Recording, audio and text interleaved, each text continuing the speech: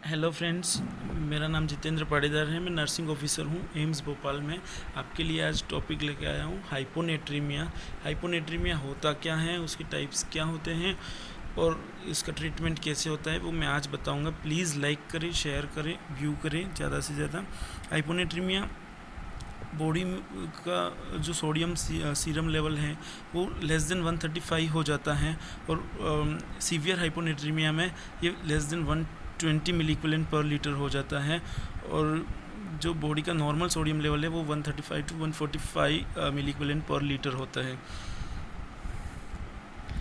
जो definition mild, moderate और severe hyponatremia क्या होता है। जो माइल्ड होता है उसमें serum sodium level 135 less than 135 होता है, 130 टू 135 होता है। मॉडरेट में 125 to 130 milliequivalent per litre होता है और सीवियर जो होता है उसमें less than 125 milliequivalent per litre हो जाता है। और इसका 3 मेन टाइप होता है, माइल्ड, मॉडरेट और सीवियर हाइपोनेट्रीमिया। नेक्स्ट कोजेज़ क्या क्या हो सकते हैं इसके। एक तो लो वॉल्यूम भी कोज हैं। तो लो वॉल्यूम हाइपोवोलेमिया क्या होता है, इसमें जो टोटल बॉडी सोडियम होता है वो कम होता है। और जो हाइपोनेट्रीमिया होता है उसका रीज़न जो वाटर लॉस होता है बॉडी में, और इसके रीजंस बहुत सारे हो सकते हैं, जैसे कि वॉमिटिंग हो सकता है, डिक्रीज ओरल इनटेक हो सकता है, डायूरेटिक का ज़्यादा यूज़ हो सकता है, ये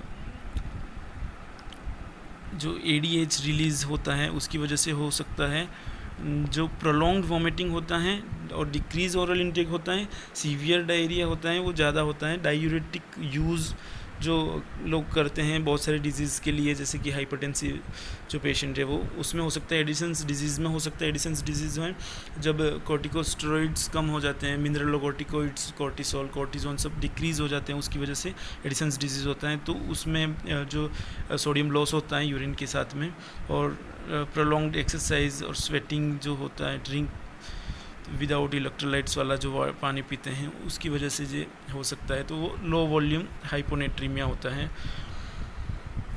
और ये जो लोग बियर वगैरह ज़्यादा पीते हैं उनमें भी हो सकता है हाइपोनेट्रीमिया। तो वो इलेक्ट्रोलाइट्स नहीं होने की वजह से होता है। नेक्स्ट जो है वो होता है high volume hyponatraemia. High volume इसकी वजह से होता है कि बॉडी में फ्लूइड जमा हो जाता है। बॉडी में जो नॉर्मल वाटर लेवल होता है और जो ब्लड लेवल होता है वो जैसे 5 से 6 लीटर होता है वो 7 से 8 लीटर कर देने की वजह से। तो ये कंडीशंस कभी आती हैं जब लीवर फेल होता है या लीवर सिरोसिस होता है, तो उसमें वाटर लेवल बढ़ जाता है। कंजेस्टिव हार्ट फेलियर में बॉडी का जो ब्लड वॉल्यूम और वाटर वॉल्यूम जो होता है वो बढ़ जाता है। नेफ्रोटिक सिंड्रोम में बढ़ जाता है, जो किडनी का डिजीज़ है, उसमें यूरिन आउटपुट कम होने की वजह से बॉडी में एक्सेस वॉल्यूम हो जाता है। और एक्सेसिव ड्रिंकिंग ऑफ फ्लूइड, जब हम एक्सेसिव अमाउंट में पानी पीते हैं तभी हो सकता है। तो इन वजह से बॉडी में वॉल्यूम जो है वाटर का वो बढ़ जाता है। तो वाटर बढ़ने की वजह से जो सॉल्ट लेवल है, सोडियम लेवल है, वो डिक्रीज़ हो जाता है। जैसे कि 1 लीटर में जैसे कि 1 लीटर जो होता है उसमें 50 मॉलिक्यूल हैं, 2 लीटर में 50, तो वो कम हो जाएगा। इस तरीके से वो लो सोडियम हो जाएंगे होने की वजह से हाई वॉल्यूम हाइपोनेट्रीमिया बोलेंगे उसको। तो high volume hyponatraemia means body में वाटर लेवल बढ़ रहा है और सोडियम लेवल कांस्टेंट है। तो कांस्टेंट सोडियम होने की वजह से जो वाटर लेवल बढ़ रहा है उसके कंपैरिजन में जो कम हो जाएगा सोडियम, उसकी वजह से हाई वॉल्यूम हाइपोनेट्रीमिया हो जाएगा। ठीक है। नेक्स्ट इसमें जो कंजस्टिव कार्डियक फेलियर होते हैं उसमें भी एक्सेसिव अमाउंट में वाटर जो है वो बढ़ता है। These are the reasons for high volume hyponatremia. ये देखिए सोडियम इंक्रीज हो जाता है कंटेंट, और उसकी वजह से हाइपर वॉलेमिया हो जाता है। और वाटर कंपैरिजन में नॉर्मल वॉल्यूम जो हाइपोनेट्रीमिया होता है उसके रीजंस होते हैं SIADH syndrome, hypothyroidism and enough of ACTH नहीं होता है, बियर फोटोनेमिया, और normal physiological changes in pregnancy. तो सियाद सिंड्रोम क्या होता है, सिंड्रोम ऑफ इनअप्रोप्रिएट ADH। तो तो एंटी डायूरेटिक हार्मोन जो होता है वो। और सिम्टम्स, हाँ, तो सियाज सिंड्रोम, तो उसमें क्या एडीएच कम होने की वजह से जो है वो बॉडी में ब्लड जो वॉल्यूम है वो नॉर्मल रहता है, और वो होता है बियर फोटोनीमिया। इसमें डिसइलेक्ट्रोलेमिया हो जाता है, जो सोडियम पोटेशियम वो इलेक्ट्रोलाइट बियर्स में नहीं होते हैं, ज़्यादा अमाउंट में बियर पीते हैं तो उसकी वजह से वाटर लेवल बढ़ जाता है और कांस्टेंट जो है वो रहता है। तो बियर में इलेक्ट्रोलाइट्स नहीं होने की वजह से जो होता है, इसलिए उसको नॉर्मल वॉल्यूम हाइपोनेट्रीमिया बोला जाता है। और ACTH जो एडिनोकोर्टिको थायराइड हार्मोन जो होता है वो नहीं होने की वजह से भी ये नॉर्मल वॉल्यूम हो सकता है। एक जो सियाद सिंड्रोम है उसमें जो होता है एंटी डायूरेटिक हार्मोन की डिफिशिएंसी हो जाती है, इसलिए जो यूरिन है वो एक्सेसिव निकल जाता है, तो इसमें वॉल्यूम बढ़ता नहीं है और हाइपोनेट्रीमिया हो जाता है। सिम्टम्स लाइक नोजिया है, वोमिटिंग है, वो जनरल सिम्टम्स हैं ये सब। हेडेक होता है, कन्फ्यूशन होता है। जब कन्फ्यूशन तो जो मॉडरेट हाइपोनेट्रीमिया है उसमें कन्फ्यूशन होने लगता है। Loss of energy, drowsiness, energy की कमी होने लगती है बॉडी में, ड्राउजी हो जाता है, थकान लगती है, रेस्टलेसनेस एंड इरिटेबल महसूस करते हैं।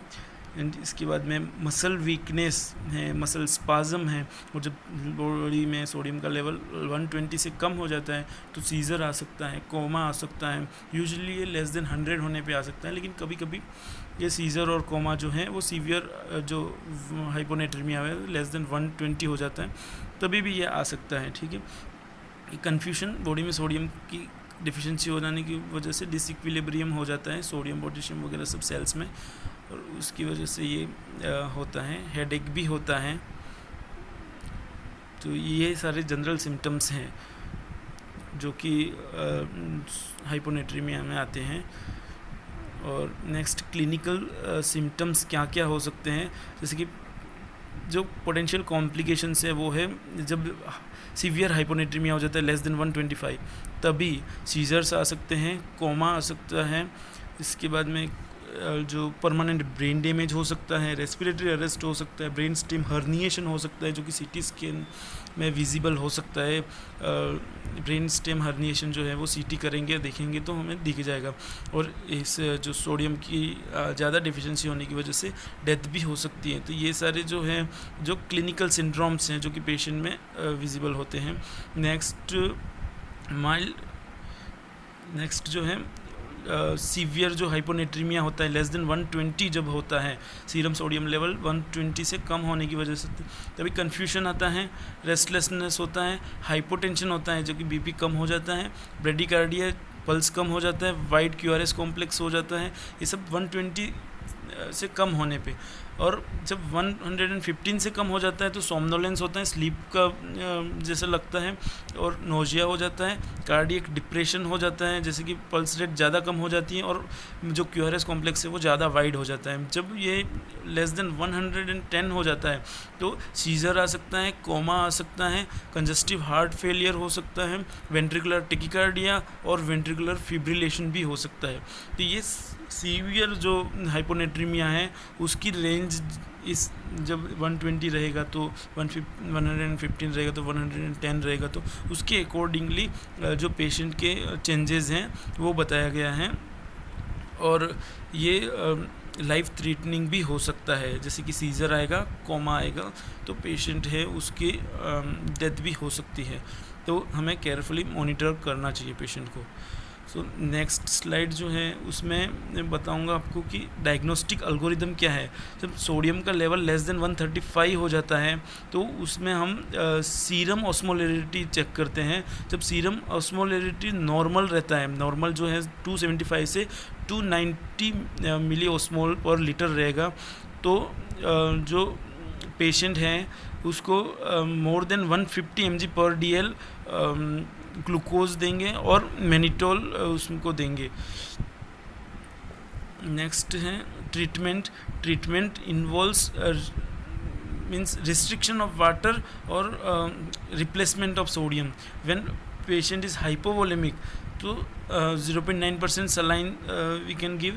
If patient is hypervolemic, then we will restrict the fluid, and sometimes we will use diuretics, so water volume will decrease, and that as comparative जो सोडियम लेवल है वो उसके लेवल में आ जाएगा, तो उसकी वजह से रिजॉल्व हो जाएगा। और जब बॉडी का जो सोडियम लेवल है वो नॉर्मल है, तो हमें जो रीज़न है जिसकी वजह से हाइपोनेट्रीमिया हुआ है उसको ट्रीट करना रहता है। और कभी कभी उसमें 3% सलाइन का भी यूज़ करना पड़ सकता है जब सीवियर होता है, लेकिन हमें वो केयरफुली यूज़ करना चाहिए, क्योंकि उसकी वजह से साइड इफ़ेक्ट्स भी हो सकते हैं। तो hypovolemia 0.9% saline, hypervolemia, fluid restriction and diuretics. Severe hyponatremia जो होता है उसमें 3% NaCl यूज़ करना है। ये जो 3% NaCl है वो उसमें 100 ml का जो बोतल होता है उसमें 513 मिली इक्विवेलेंट सोडियम पर लीटर होता है। और ये जो 4 to 6 आवर्स में हमें लेस देन 100 ml एडमिनिस्टर कर सकते हैं, इससे ज़्यादा हमें नहीं करना चाहिए। 4 to 6 आवर्स में लेस देन 100 ml ही देना है। अगर जल्दी हम उसको रिजॉल्व करने का ट्राई करेंगे तो उसके साइड इफ़ेक्ट्स भी ज़्यादा आता है। जैसे कि एक 110 हो गया है किसी का, तो उसको हमें 4 से 6 दिन या 4 से 5 दिन में हमें उसको नॉर्मल लेवल पे लाना चाहिए, जो सोडियम लेवल है वो। ये सोडियम डेफिसिट फार्मूला है जिसको हमें कैसे कैलकुलेट करना है वो इसमें दिखाया गया है। ये मेल्स और फीमेल्स के लिए अलग अलग हैं। तो जो डिज़ायर्ड चेंज इन सोडियम करना है multiply by total body weight. तो total body water is 0.6 in for male, and जो मेल्स और फीमेल्स के लिए अलग अलग है। तो मेल्स में 0.6 मल्टीप्लाई बाई बॉडी वेट करना है, और जो फीमेल है उसमें 0.5 मल्टीप्लाई बाई बॉडी वेट करना है। तो फॉर एग्जांपल एक लिया है, जो सोडियम लेवल है वो 106 है पेशेंट का, हमें बढ़ाना है, उसको बढ़ा के 112 करना है। तो 70 kg का मेल है, तो हम 112 माइनस 106 मिली इक्विवेलेंट करेंगे, मल्टीप्लाई बाय 0.6 इंटू 70 kg जैसे कि मेल का वेट होता है, तो ये 252 मिली इक्विवेलेंट पर लीटर आता है। तो हमें इतना एक्सटर्नली सोडियम देना है, इन्फ्यूज़ करना है IV स्लोली, तो इसकी वजह से ये जो लेवल है वो कंपनसेट हो जाएगा और 112 पे आ जाएगा। तो उसलिए हमें इस तरह से धीरे धीरे बढ़ाना है, 106 से 112 करना है, फिर 112 से 116 करना है, इस तरह से बढ़ाना है। अगर हमने जल्दी उसको करेक्ट कर दिया, टू फास्ट हमने इन्फ्यूज़ कर दिया सोडियम, तो उसमें ये सबसे ज़्यादा इम्पोर्टेंट क्वेश्चन है और बहुत जगह पे पूछा जाता है, MCQs में भी पूछा जाता है कि सोडियम करेक्शन जल्दी करेंगे तो उसकी वजह से क्या हो सकता है। तो जब हम 10 to 12 milliequivalent per litre exceed कर जाते हैं एक दिन में, तो उसकी वजह से जो होता है वो ऑस्मोटिक डीमाइलिनेशन सिंड्रोम होता है। ऑस्मोटिक डीमाइलिनेशन सिंड्रोम एक ब्रेन का सिंड्रोम है, और वो कब होता है, जब हम एक्सेसिव अमाउंट में सोडियम पेशेंट को इन्फ्यूज़ कर देते हैं। एक ही दिन में हम उसको रिकवर करना चाहेंगे या 1 या 2 दिन में हम उसका सोडियम है वो नॉर्मल लेवल पे ले आएंगे। जब सीवियर हाइपोनेट्रीमिया है तो ये हो सकता है और ये बहुत ही डेंजरस है। तो प्लीज़ ये रेफरेंस है मेरा, और इसको वीडियो को ज़्यादा से ज़्यादा व्यू करो, लाइक करो, शेयर करो, सब्सक्राइब करो, और कमेंट करना मत भूलिएगा। आप कमेंट करके मेरे को बताइए कि वीडियो कैसा लगा, उसमें क्या ऐड करने की ज़रूरत है और क्या क्या चेंजेस करने की ज़रूरत है। Thank you so much.